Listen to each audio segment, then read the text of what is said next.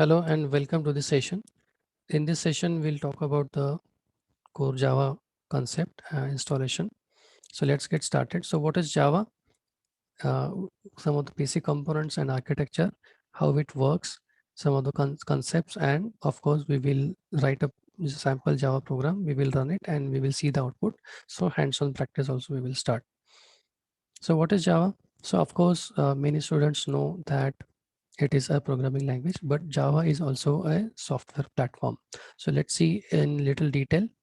So it's a programming language, powerful general purpose programming language, and it was developed by Sun Microsystem. But on top of that, it also has something called as a platform. It is a mechanism to develop, compile, and run the Java program.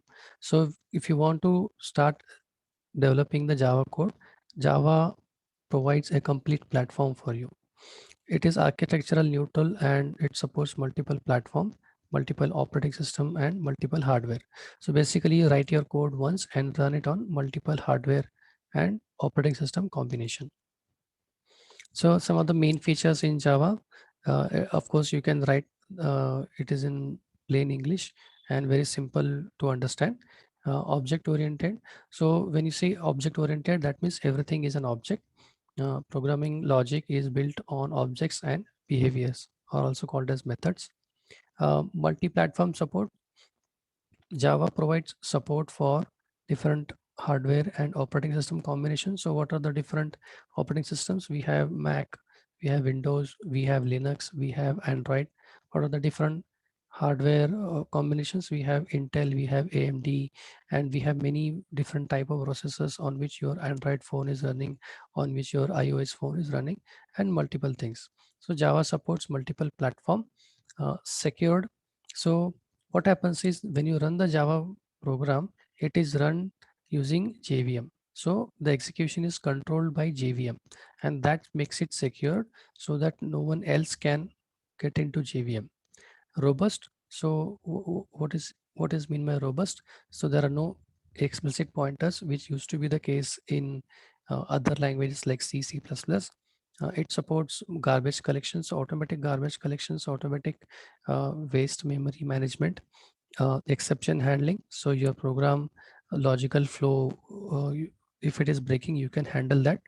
And other features like multi-threading, distributed programming, and dynamic. So what are the basic components in the architecture? So if you see, there are three basic components here. The heart of the Java programming is JVM, and on top of JVM, you add some libraries that becomes JRE, and of course some development tools like Java compiler, Java runner, and other things that will make it as a JDK. So JDK contains JRE, JRE contains JVM. So what is JDK? It provides an environment to develop and run your Java program. So in the next sessions, we will see how to install JDK and how to run it. JRE, it provides environment to run the Java program. See, we are already developing the Java programming using JDK, but JRE is used to run the Java program and not develop. So what is JVM? So acts as a runtime engine to run your Java bytecode. So what is bytecode here? So when you write your program in .java file, that will be compiled and it will be run. So once the Java program is compiled, it becomes a bytecode, or in other words, it is called as .class file. So JVM actually calls the main method in the Java program. So we will see the execution flow also in when we actually write our program. So JVM controls the JVM actually calls the main method. Uh, Provides hardware and operating system abstraction. So that is why it is basically supported on multiple hardware and OS combination. So that is abstraction. It is different for different OS and platform combination. So when you install JVM on Windows or Linux or Mac, so JVM is the component which is different for different hardware and OS combination. So how it works? So this is where the picture will be clear. So there are some simple steps. So you write your program abc.java. You compile using a library or a module called as Java C, Java compiler. and that compiler will convert the .java file into .class file, also called as bytecode. And you run this bytecode on multiple uh, operating system and multiple uh, hardware platform. So we have Windows, Windows plus AMD, Windows plus Intel. We have Linux, almost same combination, Mac and Android, and maybe some other platform. So the JVM, which is different for different OS and hardware platform, if that is installed on that platform, you can run the same Java code across different platform, across different operating system. So now coming to the installation part. So originally it was developed by Sun Microsystem, which is now sold to Oracle. So let's install the Oracle Java development kit. Let's go for JDK 8 version. Why JDK 8 version? If you see in the market, apart from JDK 8, Oracle has also released JDK 11, 12, 13, 14, and nowadays Oracle 15 is also, JDK 15 is also there in the market. But then JDK 8 is sort of industry benchmark. What I mean by that is there are many projects which are still running on JDK 8, and companies and projects, they are happy with it. So let's also install JDK 8. We also have something called as OpenJDK. So Oracle JDK is basically primarily for enterprise and commercial purpose, and OpenJDK for those who don't want a commercial support. So they can go with OpenJDK. So uh, OpenJDK 8 or Oracle JDK 8, feature wise, they're almost similar, at least from uh, basic programming perspective, there is not much difference. So we'll go for Oracle JDK. So how do you install Oracle JDK? So what you need to do, you just search for Oracle JDK download and go to the first link. So we have JSE Java 15 version also available in market, 15, 14, 11 and 8. So as of now, we'll go for this 8 version. So just click on JDK download. And it depends on what operating system you are using. So currently I'm using Windows, but as per your requirement, you just download the JDK version. So I'm using this Windows 64, so I'll go for this. So remember, when I download this, to when I start downloading this, it will ask you to create an account on Oracle website. So just go ahead and create an account, sign up and accept all the terms and conditions, and once again come back here and you can download the 8 version. Okay, JDK 8 version for your particular operating system. So once you download that, you just it's just a normal software installation. Click on next, next, next, and it will be installed. So when you install it, it will be installed on Windows in C program files and Java. So there will be a folder like JDK 1.8 0211 or 1.80261. So I have two JDK versions, which is fine. I'll be using one of them. So once you install this, so we need to set an environment variable called as Java underscore home. So why this is required? Because for subsequent programming purposes or for subsequent other uh, tools which will be using Java as an underlying uh, system, underlying module, they will be referring to this particular environment variable to know where the installation path of Java is. So how do you add this environment variable? So just go to your start Windows and type env environment variable. Then go to environment variable. In the advanced section, environment variable. Then you can go here and you see I have already added this Java underscore home as a system environment variable. So just click on new and you say Java underscore home and you paste this path, whichever JDK you want. Let's say I want to go for this. So I will take this path and add that path. So that it becomes like this. Okay, so after that, what you need to do is just go to the path variable. This is the variable where any software on your Windows operating system will find the path of your particular software installation path. So go here and just add java underscore home. So percent java underscore home percent, and so click on new and say java underscore home percent java underscore home percent, and okay. Once you do that, you go to command prompt and you just say java space minus version. So this is how you install the JDK on your system. So you get a version here. All right. So now to run our first program, to write our first program, first what we need to do is we need to install some ready-made tools which will allow us to write Java program, and which will make our life easy to compile and run the program. Now, in market uh, to write Java programs, there are multiple tools available. So most popular are Eclipse and IntelliJ. So Eclipse and IntelliJ both are kind of having similar features, and you can write the program on any of the editor. This is called as editor, or some people call it as IDE, Integrated Development Environment. Now, IntelliJ comes with a free version and a paid version. So the free version is more than enough to write your small programs. Some people also prefer Eclipse, but then I will be going for IntelliJ. There is not much difference in terms of project creation or the other stuff like running the Java program. So I will go for IntelliJ, but you can use Eclipse also. So how do you install IntelliJ free version? So once again, you search here, go to Google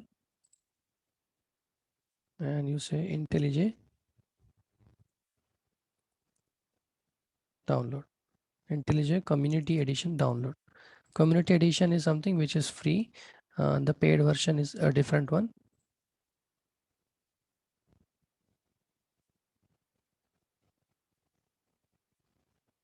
So Ultimate Edition, this is the one which is like 30-day free trial, and go for community version. So I already have downloaded this. So just download and start the installation. Just click on next, next, next, and it will install it. Remember, first you need to install the JDK, then you can install the IntelliJ. So once this is installed, this is how I can launch the IntelliJ.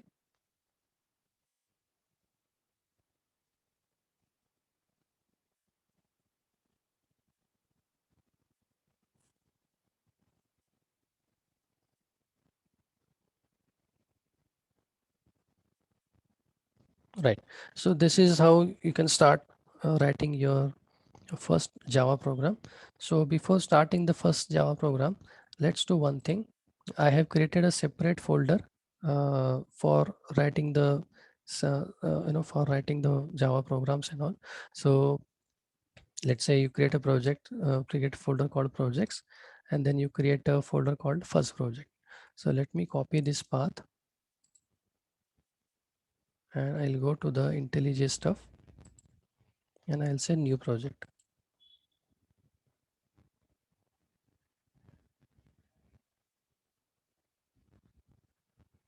Okay, so you can choose which project you want. So as of now, it is Java project, Java JDK 1.8 I am using.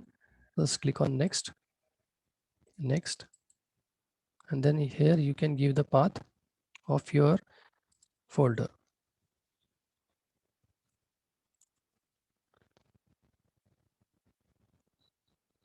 Right, so this is your first project. Okay, project name is automatically taken here. So first project, click on finish.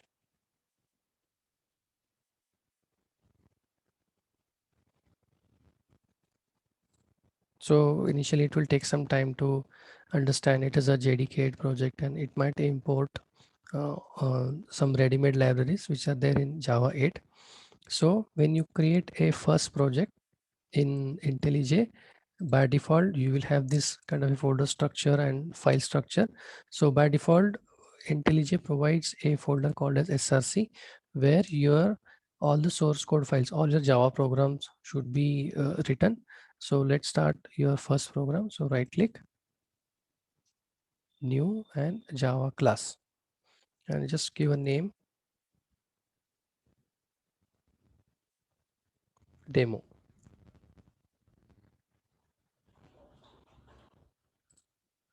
So this is where you can start writing your first program. So public class demo. So this is the file name called as demo.java, and this is how your first program will be created.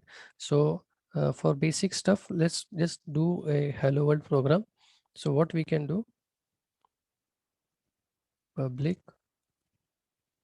static void main, and you type string square bracket args, and then again you come here, open bracket, enter. So this is your main method or main functionality. We will see this in detail also. So for now we are just starting one hello world program.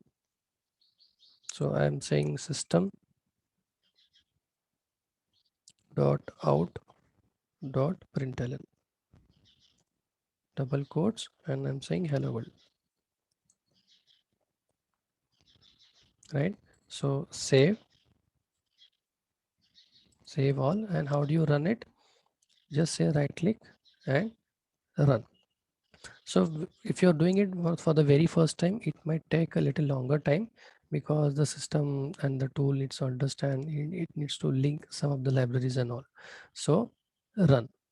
So once I click on run, we will see some of the things happening here at the bottom. That is the first time thing. So let's see. So it is building the project, it is compiling the Java code, and it is running. So we will see in detail what are the internal steps, how it does it internally. Right, so now you see hello world program. So this is the very basic and the very first program of your uh, Java programming journey.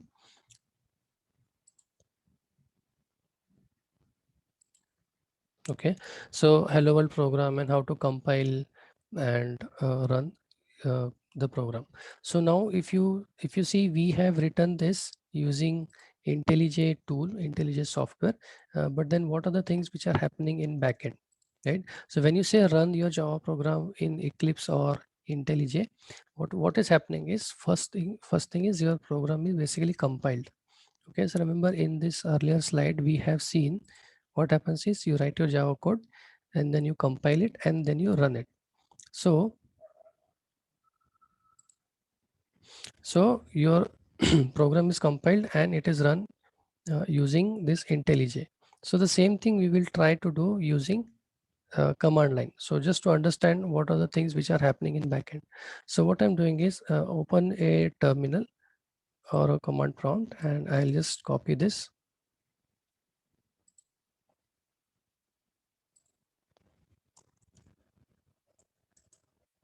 So go to the folder,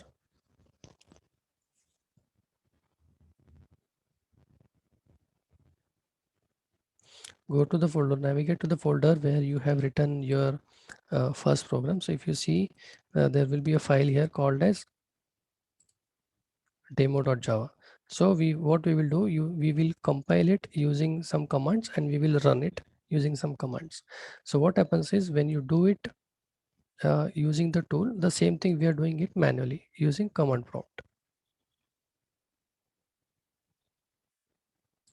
Okay, then what you do, you use a module called as Java C. Basically it's a Java compiler.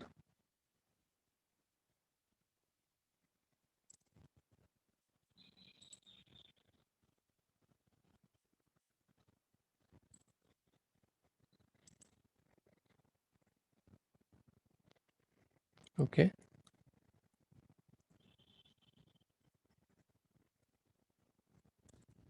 so what we are doing here is we are compiling the program first. So what we are saying is we are just refer to the Java compiler which will be available here. So what is Java compiler module? We will see that in the upcoming slides. So just tell the Java compiler to compile the Java program. So we have this demo.java on at this folder location. So enter. Right. So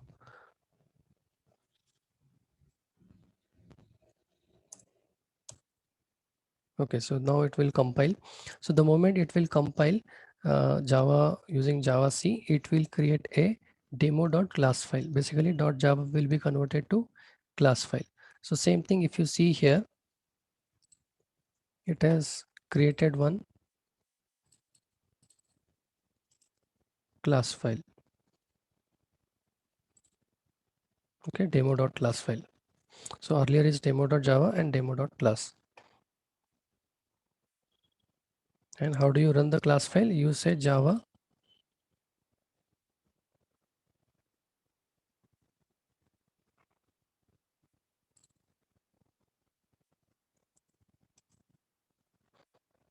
java.class path and you say demo.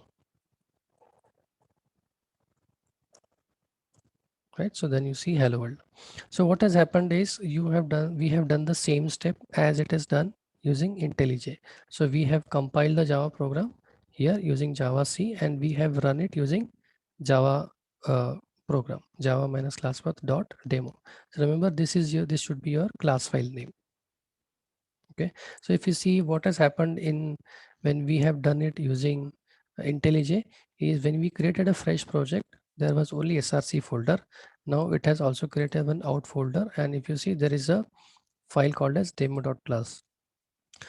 Let me just delete it for now.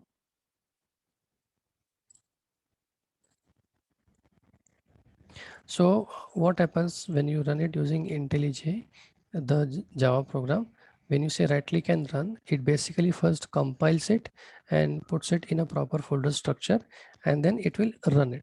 So what we have done using command prompt, the same it has done using IntelliJ. So that is how you write and run your first program in IntelliJ.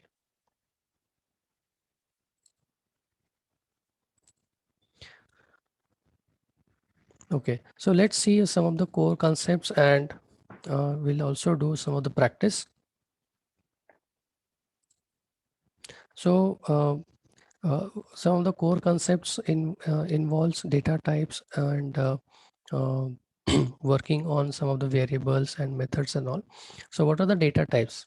So in order to write your Java program and in order to deal with different combinations or different aspects of your programming, you need to interact with data, right?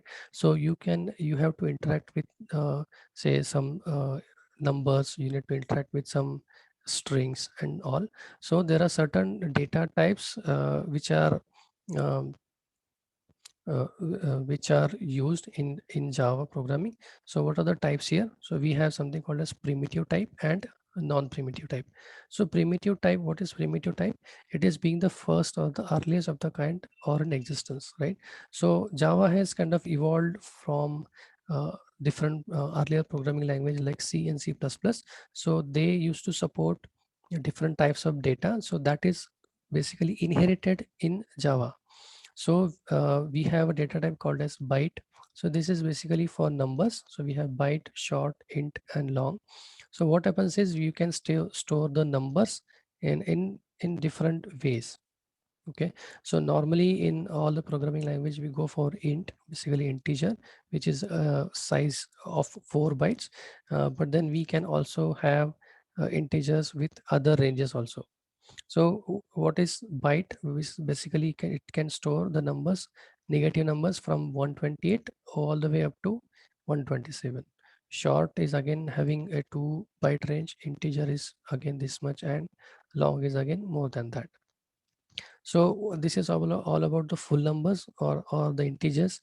Let us see floating point numbers. So we have a float, we have double. So here you can store numbers like in decimal format, like value of pi 3.14, etc. value of double. So there is a range here, float and double. And if you want to store characters, it will be stored in 2 bytes. And you can have boolean, which is true or false, which is basically 1 bit. So what are the non-primitive types here? So non-primitive types are sort of derived types, where you derive those from the sometimes from the primitive type. So string, which is basically an array of characters or a collection of characters, and array is a group of similar elements. What are the other types? We have class and we have interfaces. We will see this in detail in the upcoming sessions. So there might be an interview question, why Java is not pure object oriented language. So one of the basic reason, when you say what is object oriented, so when you say object oriented, that means everything is based on objects. Okay, everything is an object. But if you see, if you are using this primitive data types, which is not an object, okay, so Java still supports this primitive data type, and that is why it is called as non not a pure object oriented language. Why? Because it still supports the primitive data type. What is the default value of uninitialized variable? So this is an interesting question. So let's see. So what is a variable? Variable is basically a memory location with a name which will hold some value for you. Okay. So let's say I put here, let's say int age, okay, and 9 semicolon. So it is a rule in Java that every programming statement should end with a semicolon. So my question is, what is the default value? Let's say if I do it like this, int age, okay, and if I want to print the value of age, I will say system.out.println, or there is a shortcut for this called as sout age. Okay, so what do you think? What will be the value it will print for the variable age? Okay, what is the output?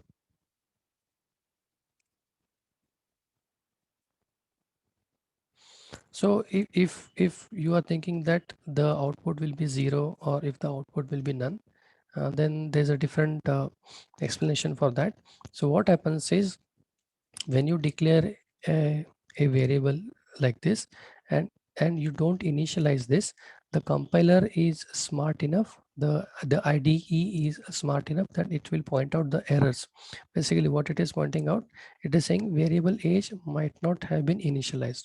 So the default value of a variable, if you leave the variable uninitialized, many times it might cause a problem in your execution. So a good practice is, do not leave the variable uninitialized. Always initialize it with a default sensible value. So let's say I will make it as age equal to 0, right? So the moment I initialized it, if you see, the error part is gone and you can still execute the program. Okay, now coming back to the question, what is default value of uninitialized variable? There is no default value, or a good practice is to initialize the value with a sensible default value. Now let's say if I just take one more variable called as char, and I'll say gender. So for now it is not initialized, so I will initialize it. Okay, so char is a character, so it has to be in single quotes, right? So I will put a comma, and it has to be initialized with a variable, with a character. So let's say if I say gender as T, okay, or if I say, for example, gender as J, right? So technically this is correct. There is a variable called as gender and the value is J. But now if you see in your programming practice or in your actual programming, you may want to use gender as male or female, so M or F. Okay, so technically this will still compile, this will still run, but this value doesn't make any sense. When you initialize a variable, you should initialize the variable with a sensible default value. Okay, so let's say you can install it with M or F. I'll go with F, or you can go with any value, any character. So now this makes a sense to use a variable with a default value. Okay, similarly, we will do practice for other variable also. So that's it for this session. Let's continue in the upcoming session. Thank you.